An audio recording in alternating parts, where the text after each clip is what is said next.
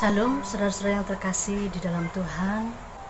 Saya percaya dalam situasi keadaan yang ada, kasih dan pemeliharaan Tuhan senantiasa nyata di dalam kehidupan kita. Karena itu saya berharap semuanya kita tetap kuat di dalam Tuhan. Apapun yang terjadi, percayalah, tidak ada satupun yang terjadi secara kebetulan. Tidak ada satupun yang terjadi di luar daripada kendali Tuhan. Kita percaya bahwa Allah kita adalah Allah yang mengendalikan segala sesuatunya.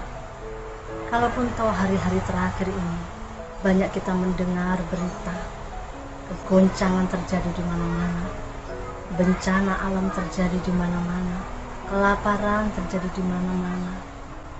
Bahkan hari-hari terakhir ini wabah virus corona bukan cuma sekedar ada di Indonesia, tapi di seluruh dunia. Dan bagaimana dampak dari virus corona ini, perekonomian secara global mengalami kegoncangan. Tapi sekali lagi saya mau katakan kepada saudara, semua tetap ada di dalam kendali Tuhan. Allah yang mengendalikan semua yang ada. Karena itu tetap percayakan hidup kita sepenuhnya kepada Tuhan. Karena kita tahu segala sesuatu yang terjadi, bukankah itu merupakan penggenapan daripada firman Tuhan? Yesaya mengatakan pasal yang ke-55 ayat yang ke-11, setiap firman yang keluar dari lidah bibir Allah tidak akan kembali dengan sia-sia. Artinya setiap firman yang Tuhan sampaikan itu semuanya saat ini sedang digenapi.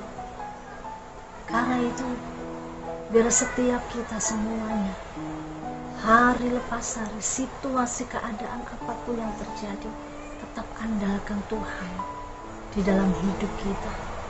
Karena saatnya bukan lagi nanti bumi yang akan digoncang, tetapi langit pun juga akan digoncang.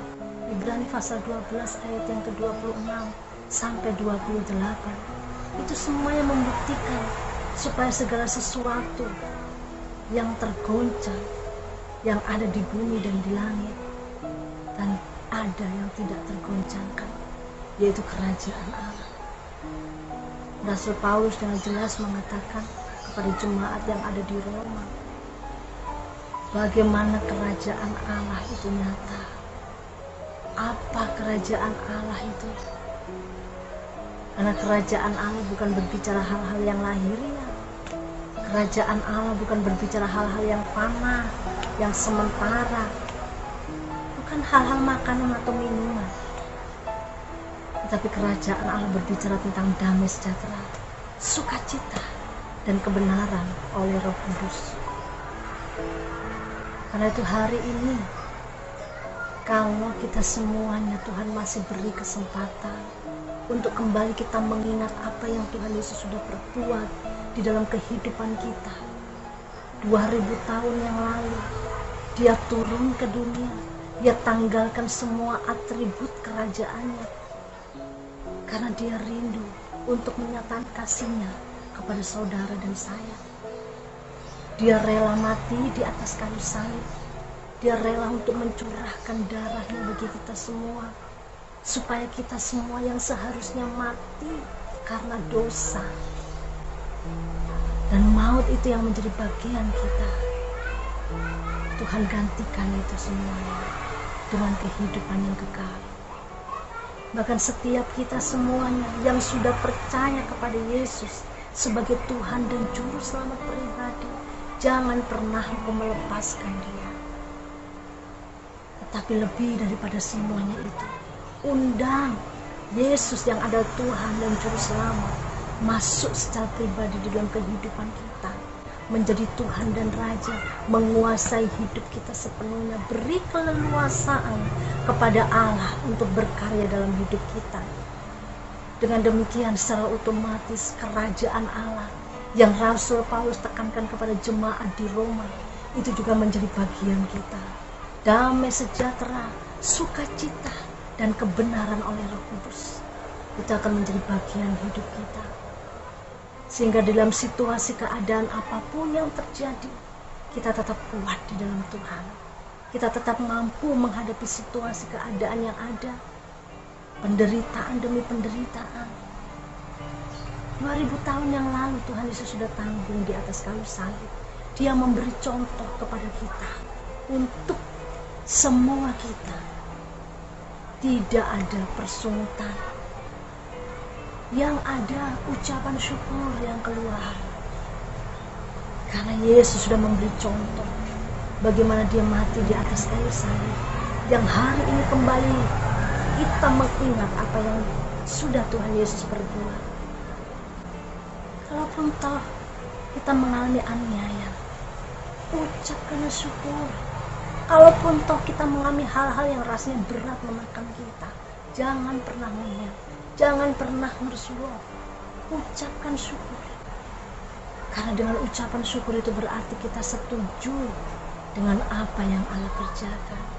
Dengan ucapan syukur itu berarti kita tetap mempercayai bahwa segala sesuatu yang Tuhan kerjakan dalam kehidupan kita semuanya baik dan teramat baik. Allah rindu ucapan syukur itu senantiasa keluar dari lidah bibir kita. Dan itu sungguh-sungguh keluar dari dasar hati kita. Bahkan ketika himpitan itu menekan, rasanya semakin lama, rasanya semakin kita tidak kuat mengalaminya. Jangan pernah kita meninggalkan dia. Panggil nama Yesus. Panggil nama yang berkuasa, nama yang bertanggung jawab atas hidup kita. Yesus Tuhan, Yesus, aku percayakan hidupku sepenuhnya kepadamu. Sehingga manusia roh, dia yang ada di dalam kita, itu memampukan kita, menyanggupkan kita untuk kita tetap bangkit, untuk kita tetap kuat. Dan firman-Nya yang akan terus kita keluarkan dari lidah bibir kita, karena kita percaya sepenuhnya kepada Tuhan, itu yang akan digenapi.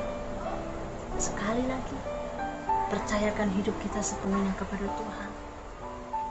Tuhan Yesus sudah mati bagi kita semuanya. Dia memberikan hidupnya bagi kita. Bukan saat ketika kita ada di dalam kebenaran. Bukan saatnya kita ada di dalam situasi keadaan yang benar. Tetapi dia hadir. Dia turun ke dunia. Itu semuanya ketika kita masih ada di dalam dosa pemberontakan. Dia menanggung setiap dosa dan kelemahan kita. Saudara yang terkasih di dalam Tuhan, mari kita lebih fokuskan diri kita kepada Tuhan. Allah sedang memurnikan gerejanya. Pemurnian tidak bisa secara instan, itu membutuhkan proses. Segala sesuatu yang Tuhan izinkan terjadi, itu merupakan proses di mana Tuhan rindu setiap kita umat pilihannya dimurnikan menjadi serupa seperti Kristus. Paulus tahu akan hal ini. Dia mengalami aniaya, dia mengalami tempaan yang begitu menyakitkan. Yang keluar dari lidah bibir Paulus, dia katakan, walau manusia lahiriahku semakin merosot, tapi manusia batinnya semakin diperbarui dari hari ke hari. Dia memberi kesempatan untuk Allah yang ada di dalam dirinya memanifestasikan pribadinya, memampukan kita, menyanggupkan kita, sehingga kita tetap ada di dalam jalan-jalan Tuhan. Kita tetap ada di dalam ketetapan-ketetapan Tuhan. Saudara, saya percaya Allah mengasihi kita semuanya. Dan bila semuanya kita tetap mempercayakan hidup sepenuhnya kepada Tuhan. Seperti hanya dengan Daud,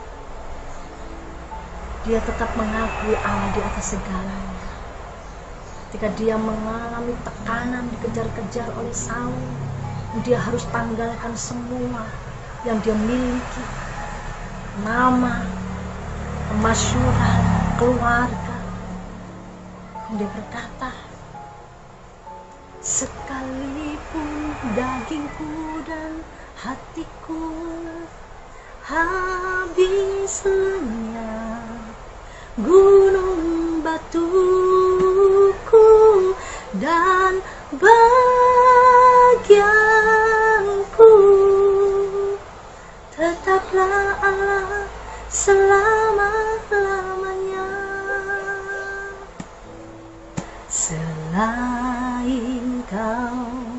tiada yang lain ada padaku di surga selain Kau. Tiada yang lain yang ku ingini di bumi, yang ku ingini di bumi. Sekalipun dagingku dan hatiku habis lenyap, gunung batuku dan bagianku, tetaplah Allah selama-lamanya. Hanya Allah yang tetap selama-lamanya bagi Daud. Dan ini sungguh-sungguh merupakan kekuatan Daud yang luar biasa. Semuanya kita yang sungguh-sungguh mempercayakan hidup sepenuhnya kepada Tuhan, Tuhan perhitungkan itu sebagai kebenaran. Jangan pernah lepaskan Dia. Tetap percayakan hidup kita sepenuhnya kepada Tuhan, bahwa Dialah satu-satunya kekuatan kita, satu-satunya yang menjadi andalan hidup kita. Walaupun semua orang meninggalkan kita, semua orang mencibirkan bibirnya kepada kita, tapi tetaplah Allah untuk selama-lamanya. Allah sedang mempersiapkan kita menjadi mempelai-mempelai Kristus. Allah rindu kita, umat pilihannya, memiliki kedewasaan penuh, di mana ayat Allah, ciri-ciri pribadi Allah itu nyata muncul di dalam hidup kita. Sehingga ketika Yesus datang pada kali yang kedua, Dia sebagai mempelai laki-laki, Dia mendapati kita tidak bercacat celah. Mari saudara-saudara yang terkasih di dalam Tuhan, biarlah di dalam kesempatan yang ada, walaupun kita tidak bisa beribadah bersama-sama, kita saling berjauhan, tapi marilah kita saling melengkapi, saling menguatkan satu dengan yang lain, tidak saling menjatuhkan, tapi saling memperkuat iman percaya kita kepada Tuhan. Dan biarlah Allah yang akan terus memampukan kita untuk kita menjalani hari-hari ke depan yang sangat-sangat tidak memberikan kepada kita harapan. Hanya Dialah yang menjadi harapan kita. Dan ketahuilah, pengharapan kita di dalam Tuhan adalah pengharapan yang tidak pernah mengecewakan. Tuhan Yesus memberkati kita semuanya. Haleluya. Shalom. Puji Tuhan.